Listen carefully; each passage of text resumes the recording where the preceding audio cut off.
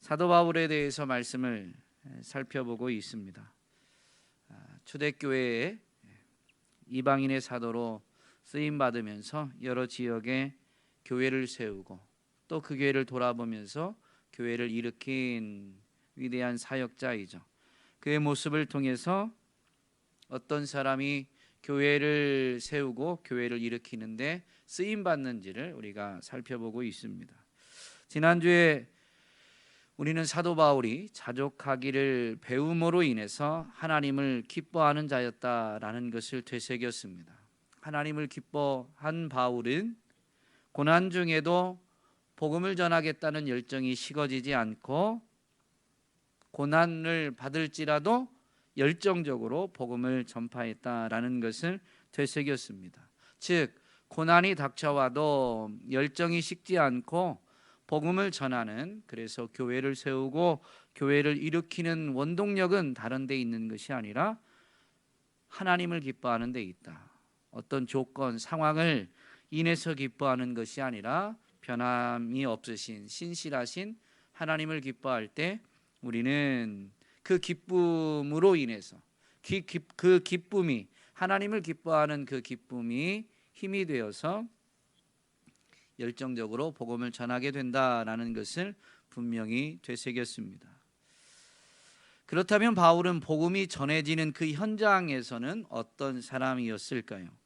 복음이 전해짐으로 인해서 교회가 세워지게 되지만 그 교회가 세워지는 것은 복음이 전파된 순간에 즉각적으로 일어나는 것은 결코 아닙니다. 그러므로 복음이 전파된 현장에서 바울이 어떻게 행했는가, 어떻게 살았는가라는 것 또한 중요한 부분입니다. 복음이 전해진 현장에서 바울은 어떠한 삶을 살았는가? 말로만 복음을 전한 게 아니고 그는 삶으로도 복음을 전한 사람입니다. 그래서 복음을 전한 현장에서 바울은 복음을 실천하는 사람이었습니다. 그렇다면 복음을 실천한다라는 게 어떤 것일까요? 복음을 실천한다. 그것은 바로 화목하게 하는 사람, 화평하게 하는 사람입니다. 연합과 화합을 이루는, 다툼과 분쟁을 해결하고 연합과 화합을 이루는 일을 하는 것이 바로 복음을 실천하는 것입니다. 오늘 본문에 보면 바울이 육체를 자랑하고 있습니다. 육체를 자랑하려고 자랑하는 것이 아니라 그 앞부분에서 3장 3절 말씀에 보면 하나님의 성령으로 봉사하며 그리스도 예수로 자랑하고 육체를 신뢰하지 아니하는 우리가 곧 할례파다. 이 초대교회에 바울이 복음을 전하고 교회를 세운 데 나타나는 거짓 선지자들은 대부분 유대인들이었습니다. 그들이 와서 율법을 가지고 교회를 어렵게 했는데 그 중에 하나가 바로 이 할례파라고 일컬어지는, 그래서 아브라함의 후손이 되기 위해서는 할례를 행해야 된다. 복음을 듣고 믿음으로 구원받아서 언약 백성, 하나님의 자녀가 되는데 더 부족한 것이 없는데 구약의 말씀을 가지고 이제 이 할례파, 즉 유대인들이 그 복음을 믿고 그랬으니 이제는 행위로 무언가를 더 보완해야 되는 것처럼 복음의 무언가를 첨가하면서 그것이 진리가 아닌, 진리에서 벗어난 거짓 가르침, 거짓 교사들이었던 것이죠. 물론 초대교회를 어렵게 했던 거짓 교사는 다 유대인이다라는 말은 아니지만 상당수가 그러했다라는 것입니다.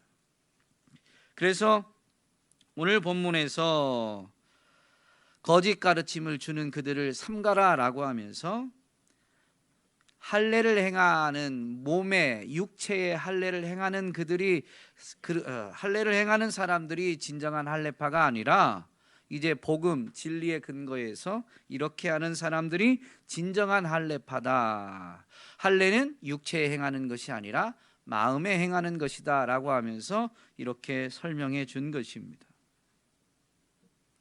그러면서 그렇게 몸에 무언가를 행한 것, 그래서 육체를 자랑하고자 한다면 나도 자랑할 게 많다라고 하면서 바울이 자신의 육체적인 것을 자랑하고 있습니다. 사실 바울이 예수님을 만나기 전에는 바로 그 육체를 신뢰하고 육체를 자랑하는 사람이었습니다.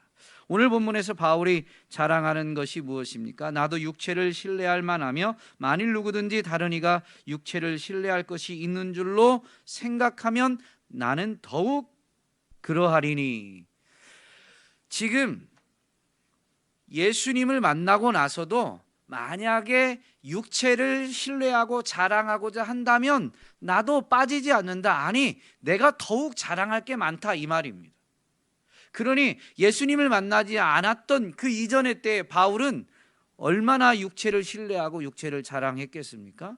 이 본문에 나오는 바울이 이렇게 하면서 굳이 이야기하는 예수님 만나기 이전에 자랑거리로 삼았던 것을 내세우면서 표현하는 것을 보면 어떠했는지를 알 수가 있죠. 나는 8일 만에 할례를 받고 이스라엘 족속이요 베냐민 지파요 히브리인 중에 히브리인이요 율법으로는 바리새인이요 열심으로는 교회를 박해하고 율법의 의로는 흠이 없는 자다라고 이야기합니다. 자랑할 게 너무 많다는 거죠. 혈통도, 신분도, 지식도, 모든 것에서 자기는 자랑할 게 넘친다라는 의미입니다. 그런데 그렇게 자랑할 게, 육체를 신뢰하고 자랑할 게 많았을 때에는 어떻게 했다고요? 열심히 교회를 박해했다라는 것입니다. 육체를 신뢰하면 신뢰할수록 어떤 일이 이루어지냐면요, 다른 사람을 박해하는, 그것이 정당하다고 여기게 되는 것이죠. 지혜를 자랑하면 어떻게 될까요? 상대적으로 비교해서 내가 지혜를 자랑할 때 그 자랑 앞에 맞설 수 없는, 상대적으로 인간적으로 보면, 육체적으로 보면 지혜가 조금 부족하다라는 사람들은 억압을 당하게 됩니다. 나는 내게 있는 것을 자랑했다라고 하지만 육체를 자랑하면 상대적으로 힘이 약한 사람들은 억눌리게 되어 있는 것이죠. 기독교의 핵심이 뭐예요? 이건 본문과 상관없는 질문이에요. 기독교의 핵심,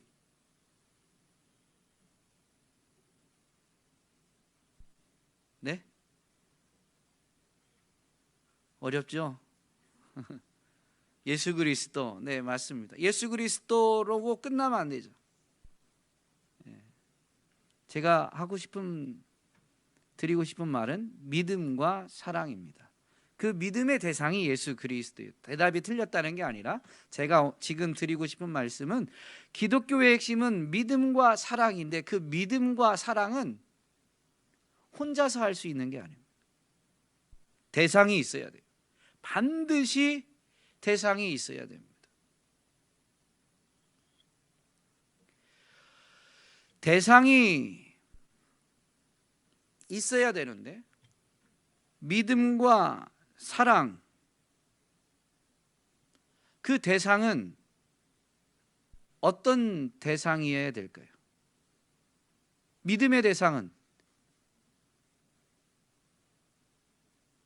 어떤 존재여야 돼요?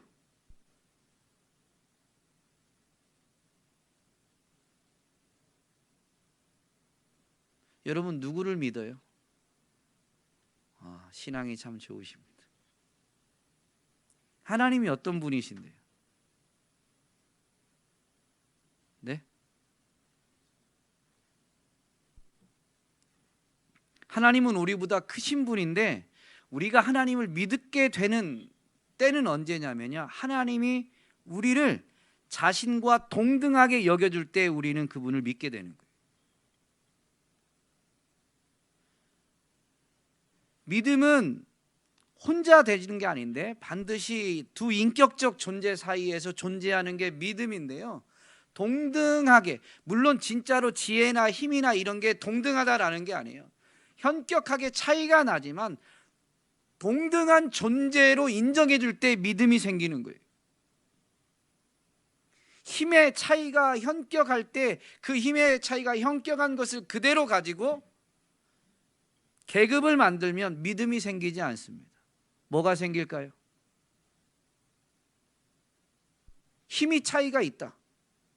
힘이 약한 자가 강한 자 앞에서 우리가 믿음이라고 말하는 행위가 뭐가 있어요? 믿음의 표현, 믿음이 발현되는 행동이 뭐예요? 믿음에 의한 행동.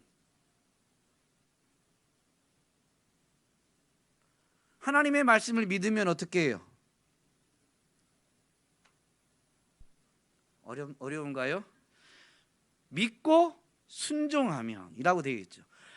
행함이 없는 믿음은 죽은 믿음이다 라고 하는데, 그때 그 행함이 뭐냐면 순종입니다. 정말로 믿으면 순종하게 되어 있어요. 자발적으로.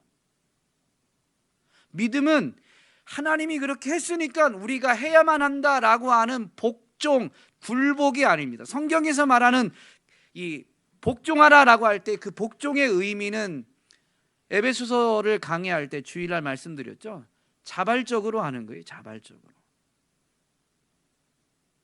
성경에서의 복종은 계급에 의한, 힘의 차이에 의한 강압, 굴복이 아닙니다.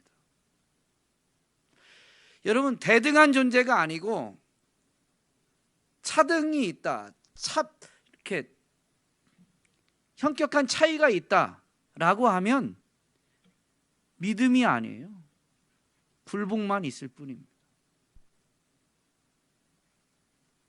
사랑은요?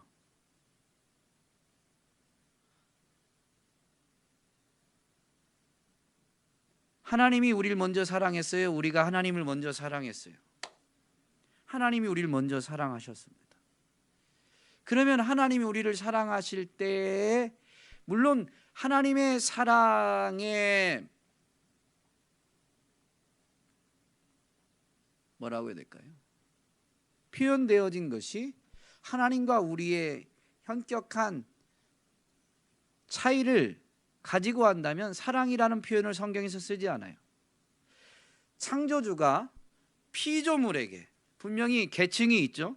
현격한 차이가 있습니다. 창조주가 피조물, 타락한 피조물에게 사랑을 베푸는 걸 성경에서는 다른 단어로 표현합니다. 그게 뭐예요?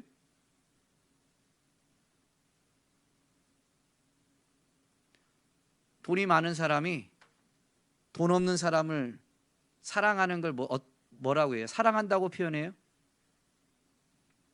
긍휼히 여긴다, 긍휼을 베푼다라고 하죠. 사랑은 즉 물론 다양하게 사랑이 표현되지만 성경에서 서로 사랑하자라고 할 때 그 사랑은 대등한 존재입니다. 하나님이 우리를 건지셔서 사랑의 교제를 나누자라고 할 때 그것은 하나님이, 우리는 죄인이었지만 예수 그리스도를 통해서 죄를 씻으시고 우리를 하나님과 대등한 존재로 여겨주시는 거예요. 그래서 처음부터 하나님은 인생을 하나님의 형상을 따라 지으셨고 죄가 없는 가운데에서 그 하나님의 형상을 따라 지음받은 사람이 타락이 아니라 주어진 자유의지, 자유를 가지고 자꾸 하나님의 뜻에 자발적으로 나와서 더욱 하나님을 닮는, 그래서 그 하나님과의 동등한 자격을 계속 유지해서 하나님과 교제 나누길, 사랑을 나누길 원하셨었습니다. 그게 창조의 목적이에요. 타락으로 인해서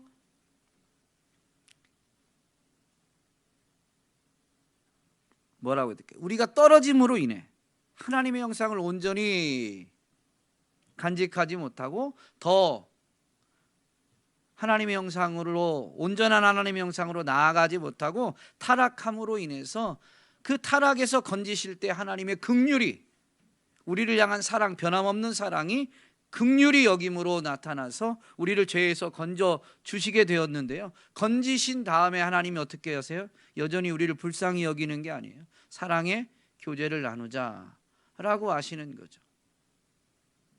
하나님이 우리를, 구원받은 하나님의 백성을 철저히 그 자유의지를 존중하고 인정하면서 하나님과 동등한 존재로, 그래서 하나님의 자녀라고, 그래서 하나님의 자녀들이 나중에 어떻게 된다고요?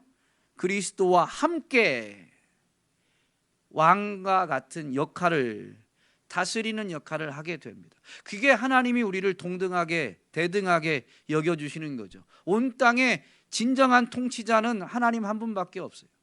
근데 하나님이 우리를 동등한 존재로 여겨주시기 때문에 우리가 왕과 같은 이 땅에서 제사장의 역할을 하게 되는 거예요. 그 동등하게 여겨주심으로 인해서 우리가 하나님과 사랑을 나누게 됩니다. 우리가 구원받았다라는 의미를 여러분 잘 생각하셔야 돼요. 이런 부분을 우리가 되새기지 못하니까, 이런 부분을 잃어버리니까 구원의 은혜가 얼마나 큰가를 자꾸 잊어버려요. 하나님이요, 창조주인 그분이 우리를 동등한 존재로 여겨주시는 거예요. 그 은혜 때문에 우리는 그분을 신뢰하고 의지하게 되는, 즉 믿게 되는 거예요. 여러분, 신앙생활은 제가 강 목사님하고 회의할 때 끊임없이 고민합니다. 제가 사람이니까 그런 것 같아요.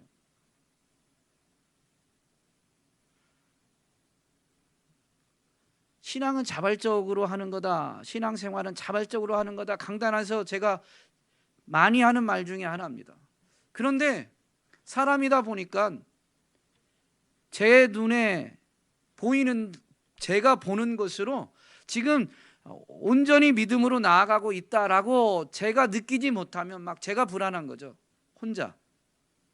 그래서 어떻게 강 목사님과 얘기하냐면, 제가 확인할 수 있는 방법으로 우리 교인들을 교회로 더 많이 불러내야 되고, 더 어떤 많은 일들을, 보이는, 제가 눈으로 볼 수 있는 어떤 일들을 자꾸 만들어놔야 되나? 막 이런 생각을 가지게 됩니다.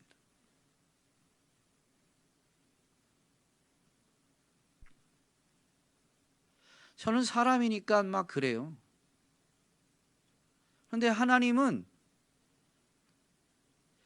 모든 것을 다 보시고 아시는데 우리에게 그 자유의지를 주시고 온전히 우리를 대등한 존재로 인정해 주셔서 우리가 자발적으로 나오길 바라고 기다리고 계십니다.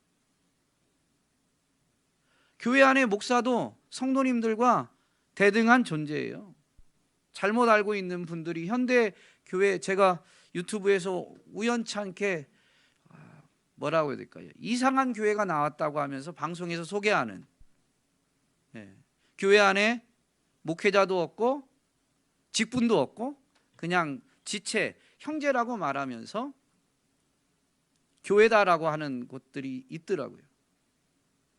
그러면서 주님이 머리시고 교회는 동등하다라고 말합니다.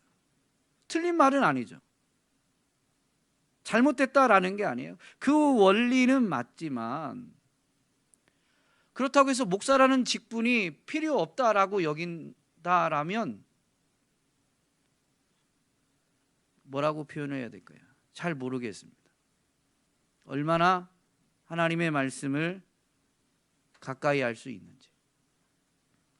처음에는 정말로 모든 지체가 동등하다라는 이 신앙의 원리를 가지고 하는데, 그게 이 연약한 인생들이 온전히 그 지켜내면서 교회를 온전히 이룰 수 있는지 잘 모르겠습니다.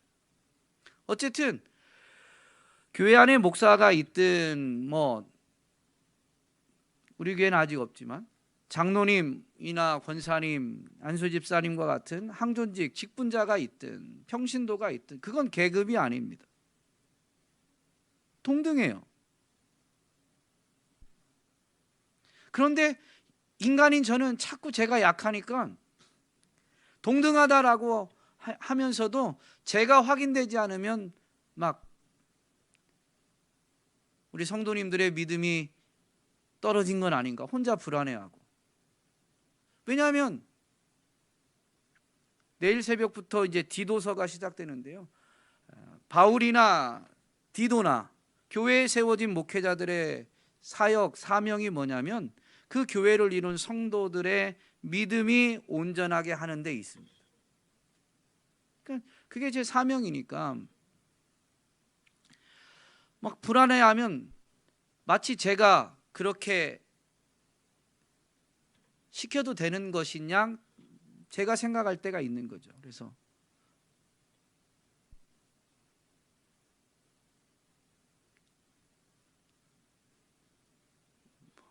하여튼 그렇습니다. 제 고민을 다 어떻게 참 보여드릴 수는 없고, 네. 하나님은 우리를 동등하게 항상 대우해 주십니다. 그래서 우리에게 처음부터 주셨던 자유의지를 철저히 그분이 인정해 주십니다. 한 번도 우리의 자유의지를 침해하지 않으세요. 그분이 문 밖에 서서 두드리시는 이유, 애가 타서 두드리시지만 한 번도 문을 깨부수지 않으세요.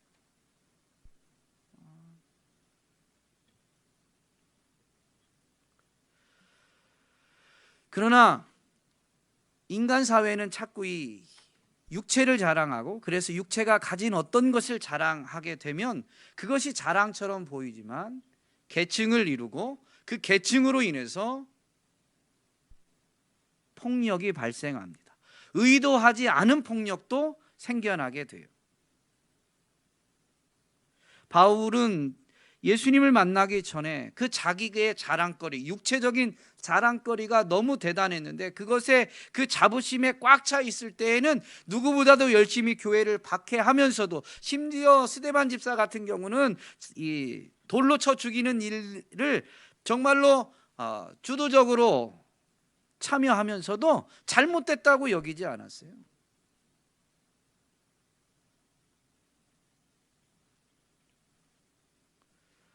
오늘 우리도 육체를 신뢰하다 보면 그럴 수 있습니다. 예수를 만난 후에 바울은 어떻게 합니까?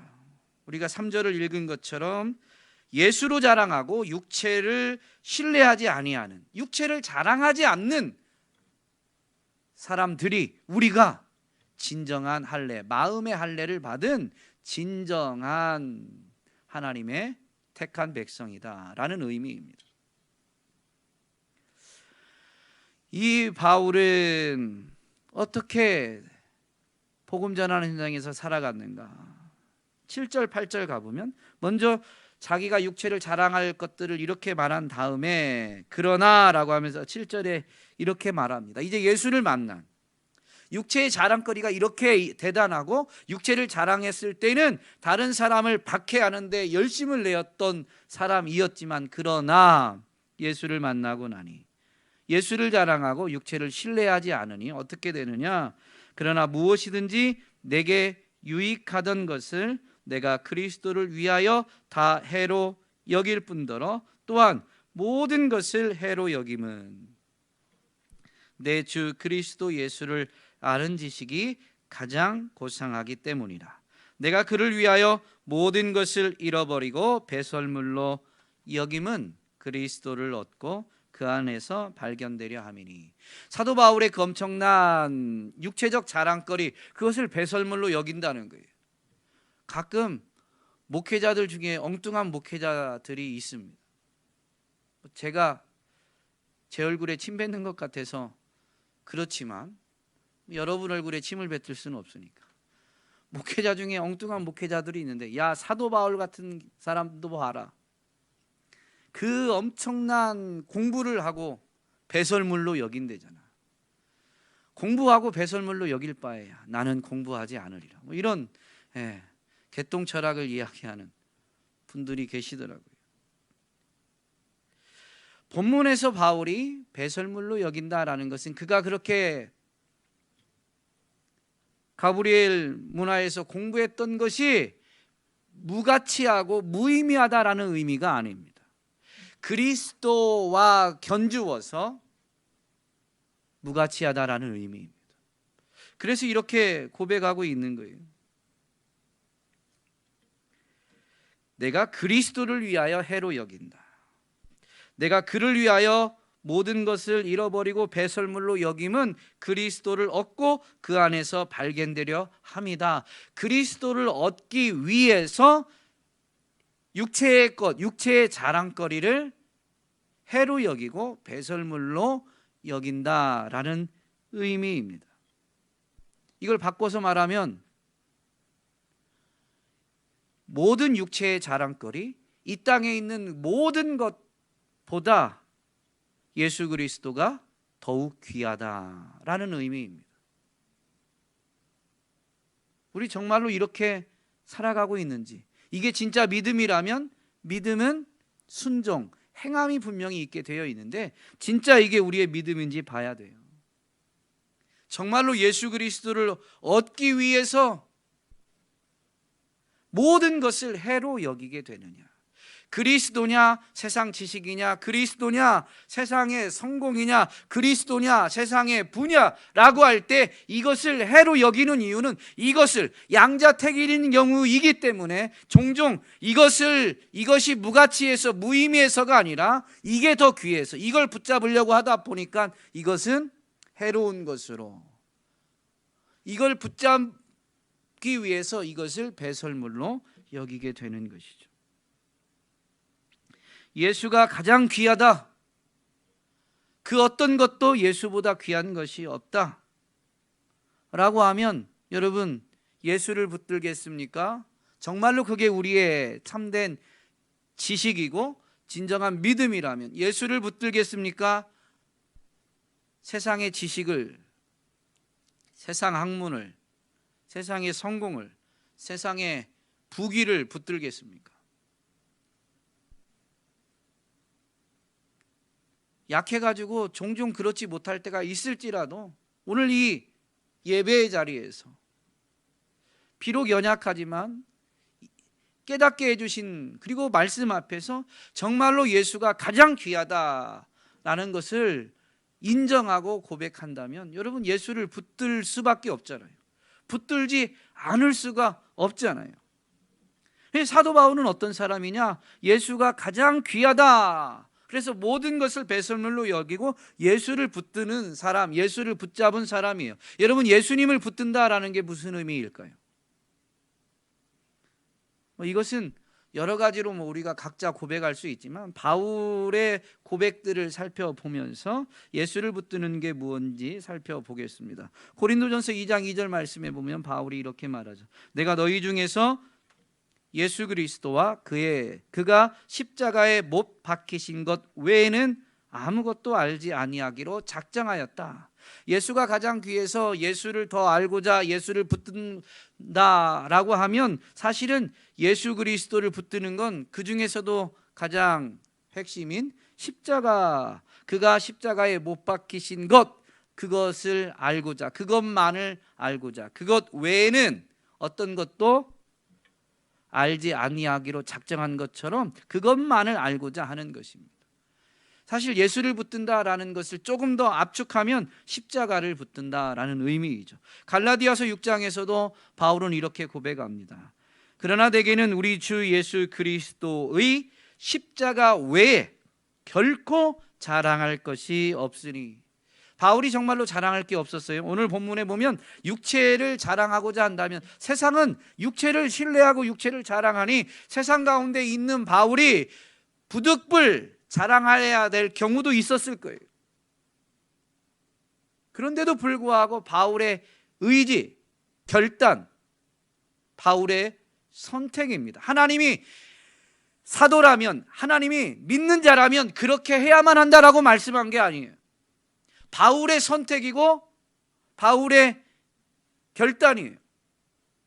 그런데 그 선택이 하나님이 기뻐하시는, 그래서 모든 믿음의 사람들에게 하나님이 말씀하고 싶으신 것이니까 바울의 이 선택, 바울의 이 결단이 오늘 이렇게 기록되어져서 주의 말씀에 담겨진 것이죠. 십자가 외에 결코 자랑할 것이 없다. 자랑하지 않겠다라는 겁니다. 십자가만을 자랑하겠다라는 것이죠. 그러면 예수 그리스도를 붙들고자 했던 예수 그리스도를 붙드는 그가 그 중에서도 왜 십자가를 그렇게 중요시 여기고 십자가를 그렇게 붙들었을까요? 이유는 간단합니다. 십자가의 의미, 십자가의 능력을 깨달았기 때문에. 골로새서 1장 20절 말씀에 보면 이 십자가에 대해서 이렇게 증언하죠. 그의 십자가의 피로 화평을 이루사 만물 곧 땅에 있는 것들이나 하늘에 있는 것들이 그로 말미암아 자기와 화목하게 되기를 기뻐하심이라. 예수 그리스도의 이 십자가는 화평을 이루었는데 죄인들과 하나님만 화평을 이룬 게 아닙니다. 모든 만물이 죄로 인해서 죄 가운데에서 고통하고 신음하는 그 모든 만물이 이제 생명의 근원, 복의 근원, 안식, 샬롬의 근원이신 하나님과 화평하게 된 거예요. 즉 하나님과 화평함으로 인해서 모든 만물이 샬롬, 화평을 누리게 되는 거죠. 주일마다 에베소서 말씀을 살펴보았는데 에베소서 2장에도 이 부분을 자세히 바울이 증거하죠. 에베소서 2장 13절로 18절 말씀해 보면 이제는 전에 멀리 있던 너희가 그리스도 예수 안에서 그리스도의 피로 가까워졌느니라. 그는 우리의 화평이신지라. 이 너희들은 누구냐면 에베소 교회를 이루고 있는 사람들인데 유대인도 있었고 이방인도 있었습니다. 예수님을 믿고 교회로 나와 교회가 되기 전에는 유대인과 이방인들은 견원지간이었습니다. 그러나 이제 그들이 예수 그리스도로 말미암아 가까워졌다라는 거죠. 왜냐하면 예수 그리스도는 화평이시기 때문이다라고 하는데요. 이어서 이렇게 증거하죠. 둘로 하나를 만드사 원수된 것 곧 중간에 막힌 담을 자기 육체로 하시고 법조문으로 된 계명의 율법을 폐하셨으니 이는 이 둘로 자기 안에서 한 새 사람을 지어 화평하게 하시고 또 십자가로 이 둘을 한 몸으로 하나님과 화목하게 하려 하심이라. 원수된 것을 십자가로 소멸하시고 또 오셔서 먼 데 있는 너희에게 평안을 전하시고 가까운 데 있는 자들에게 평안을 전하셨으니 이는 그로 말미암아 우리 둘이 한 성령 안에서 아버지께 나아감을 얻게 하려 하심이라. 빨리 읽어드렸지만 요약하면 십자가로 말미암아 화평이신 예수 그리스도의 은혜를 입게 된 거예요.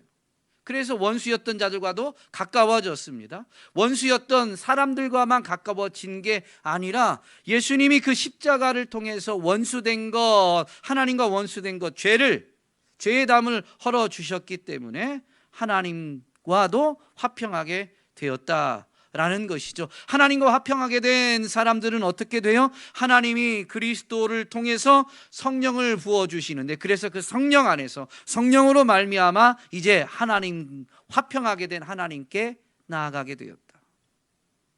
그러면 여러분 십자가로 인해서 뭐가 이루어진 거예요? 그리스도로 말미암아 사람들과 화평하게 되었고 하나님과도 화평하게 되었고 성령을 선물로 받았고 성령의 능력, 성령의 은혜를 힘입어서 여전히 하나님께 가까이 나아갈 수 있게 되었다라는 겁니다. 그래서 십자가를 붙들고자 한 거예요. 십자가만을 자랑하고자 한 것이죠. 골로새서 3장에서는 뭐라고 말하냐면 거기에는 차별이 없다. 그리스도께서 십자가를 통해서 이루신 이 화평은 차별이 없대요. 그러므로 이 십자가의 은혜, 십자가의 능력을 깨달은 바울은 십자가만을 어떻게 해요? 자랑하는 거죠. 십자가를 자랑하는 게 뭐예요? 그렇죠. 복음 증거죠. 복음 중에 핵심이 십자가잖아요. 고린도전서 15장 말씀에 보면 사도 바울이 내가 이미 너희에게 복음을 전하였다 받았다라고 하면서 그 전한 복음을 다시 한번 요약하는데, 이는 성경대로 그리스도께서 죽으시고 성경대로 3일 만에 다시 살아나신 그리스도의 죽으심, 즉 십자가와 성경에 예언된 대로 우리의 구원자인 그리스도께서 3일 만에 부활하신 것이 바로 복음의 핵심이다라는 것을 분명히 증언합니다. 그러므로 십자가를 붙들고 십자가만을 자랑한다라는 것은 복음 증거, 복음을 전파한다라는 의미인 것이죠. 그래서 고린도전서 1장에서 바울이 그렇게 말합니다. 그리스도께서 나를 보내심은 세례를 베풀게 하려 하심이 아니요. 예수님의 제자들을 향한 이 대위임 명령을 보면 뭐라고 하셨어요? 마태복음에 있는 말씀대로 하면 너희는 모든 민족으로 가서 제자를 삼아 아버지와 아들과 성령의 이름으로 세례를 베풀고 세례를 주고라고 되어 있죠. 대위임 명령에 보면 세례를 베푸는 게 있어요. 그런데 세례를 베푸는 궁극적인 목적은 세례 자체에 있는 게 아니라 신앙 고백한 것을 인치는 거죠. 그러므로 세례를 베풀기 위해서 반드시 해야 되는 게 있는데, 마태복음 말씀대로 하면 제자를 삼는 데 있습니다. 그리고 그 제자가 제자다운 제자로 굳건히 설 수 있도록 세례를 베푸는 거예요. 바울은 이걸 분명히 깨달았습니다. 주님의 명령이지만 세례 자체가 보내심 받은, 주님이 나를 보내신 궁극적인 목적이 아니다라는 걸 분명히 깨달아서 이렇게 말한 겁니다. 나를 보내심은 세례를 베풀게 하려 하심이 아니요 오직 복음을 전하게 하려 하심이로되 말의 지혜로 하지 아니함은 그리스도의 십자가가 헛되지 않게 하려 함이라.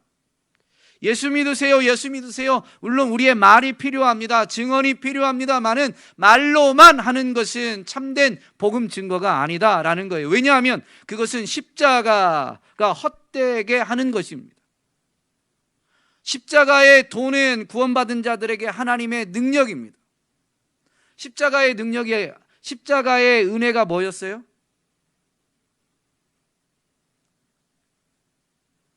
뭐였어요? 조금 전에 말씀드렸잖아요.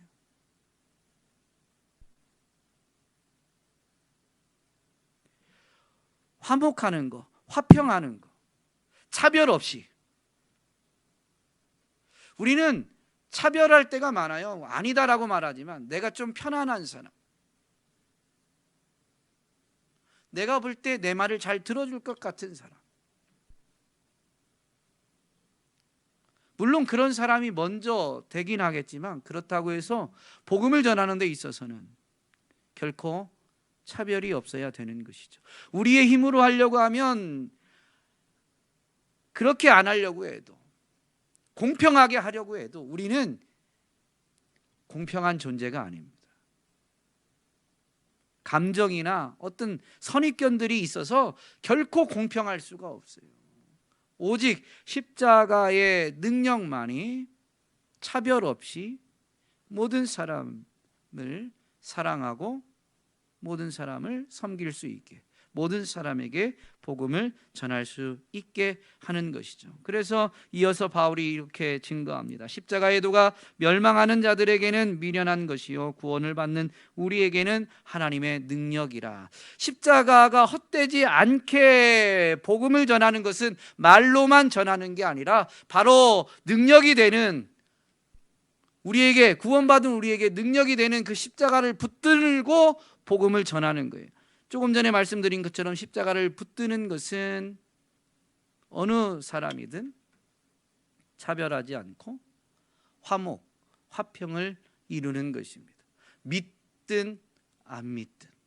사실 복음을 전하려면 안 믿는 자에게 다가가야 되죠. 믿는 자라고 해서 안 믿는 자와 차별하면 안 됩니다.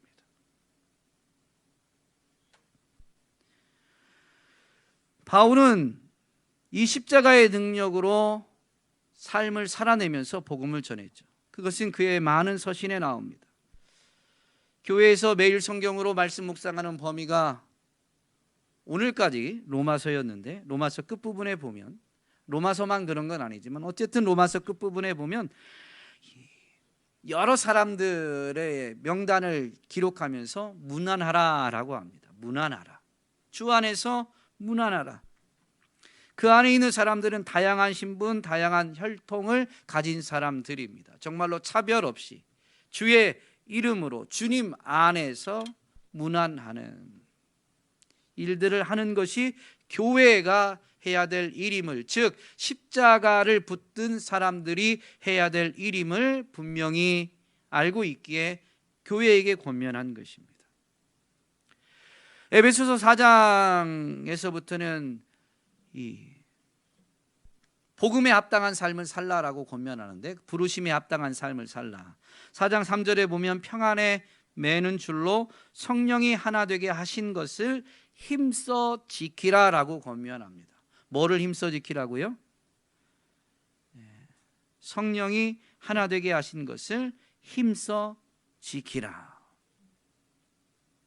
그것이 교회에게 주는 권면입니다.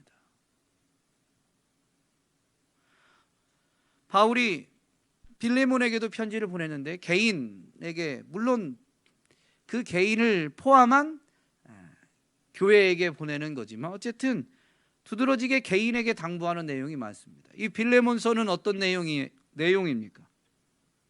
빌레몬이란 사람에게 보내는데, 빌레몬의 노예였던 오네시모가 아마 도망쳤던 것 같아요. 그래서 바울을 만나게 되었는데, 그 바울을 만나고 복음을 들은 오네시모가 변화되게 됩니다. 그러자 바울이 그 오네시모를 주인이었던 빌레몬에게 주 안에서 이제 형제로 받아들이라라고 권면하는 내용입니다. 노예가 도망쳤다라고 한다면 형제로 대우한다라는 건 당시 사회에서는 거의 있을 수 없는 일이죠. 그런데 그렇게 화가 난, 그래서 분노의 대상이었던 오네시모를 도리어 형제로 받아들이도록, 화목하도록, 화평하도록 권면하는 것이 빌레몬서입니다. 바울은 교회에게 이렇게 분명히 가르치고 권면했는데요, 그 자신도 복음을 전할 때 자존심을 다 버리고 육체의 자랑거리를 다 내려놓고 모든 사람들을 인정하고 존중하여 복음을 전했습니다. 고린도전서 9장 19절로 21절 말씀에 보면 복음을 전할 때 바울의 자세입니다. 내가 모든 사람에게 자유로우나 스스로 모든 사람에게 종이 된 것은 스스로 한 겁니다. 자발적으로 더 많은 사람을 얻고자 함이라. 유대인들에게 내가 유대인과 같이 된 것은 유대인들을 얻고자 하며, 율법 아래에 있는 자들에게는 내가 율법 아래에 있지 아니하나 율법 아래에 있는 자같이 된 것은 율법 아래에 있는 자들을 얻고자 하며, 율법 없는 자에게는 내가 하나님께는 율법 없는 자가 아니요 도리어 그리스도의 율법 아래에 있는 자이나 율법 없는 자와 같이 된 것은 율법 없는 자들을 얻고자 함이라. 바울은 믿음으로 말미암아 모든 것에서 자유로웠습니다. 그 자유를 가지고 자기 육체를 위해서 자기의 자랑으로 한 게 아니라 그 사람들을 존중하여서 스스로 그 사람들처럼 되어져서 그 사람들에게 복음을 전하고, 그래서 그를 구원하고자 했다라는 것입니다. 말만 한 게 아니야. 야, 너 그렇게 하면 안 돼, 예수 믿어, 그게 아닙니다. 하나님의 말씀을 불순종했다라는 건 아니지만 분명히 그들을 무시하지 않고 그들을 존중하고 인정하며, 그래서 그들에게 다가가서 그들과 함께하며 그들을 얻고자 했다라는 것이죠. 복음을 전하는 모든 현장에서 바울은 이렇게 행했다라는 것입니다. 육체를 자랑하지 않고 사람을 어느 모습이든지 나와 다르다는 이유로 외면하고 무시한 게 아니라 한 사람이라도 더 구원하고자 그들을 인정하고 존중하여 그들과 함께하는, 그래서 주 안에서 화평과 화목을 이루기를 힘쓴 사람이었습니다. 오늘 우리는 세상 가운데 있으면서 세상이 자랑하는 것처럼 육체의 자랑거리를 얻고자, 그리고 육체를 자랑하고자 하고 있지는 않은지를 분명히 돌아볼 수 있어야 됩니다. SNS를 아주 가끔 들어갈 때가 있습니다. 종종 유익한 것들을 얻게 되기 때문에 자주 들어가진 않지만 정말로 노력해서 일주일에 한 번쯤은 좀 이렇게 살펴보려고 해요. 근데 그나마도 좀 못하는 성격인데 그렇게 애를 써보는데요. 안타까운 건 제가 그리스도인으로 알고 있는 사람들, 저의 이제 SNS 친구들이니까 그리스도인으로 알고 있는데 보면 그 SNS의 사진과 글이 맨 먹는 거, 여행한 것들 뿐입니다.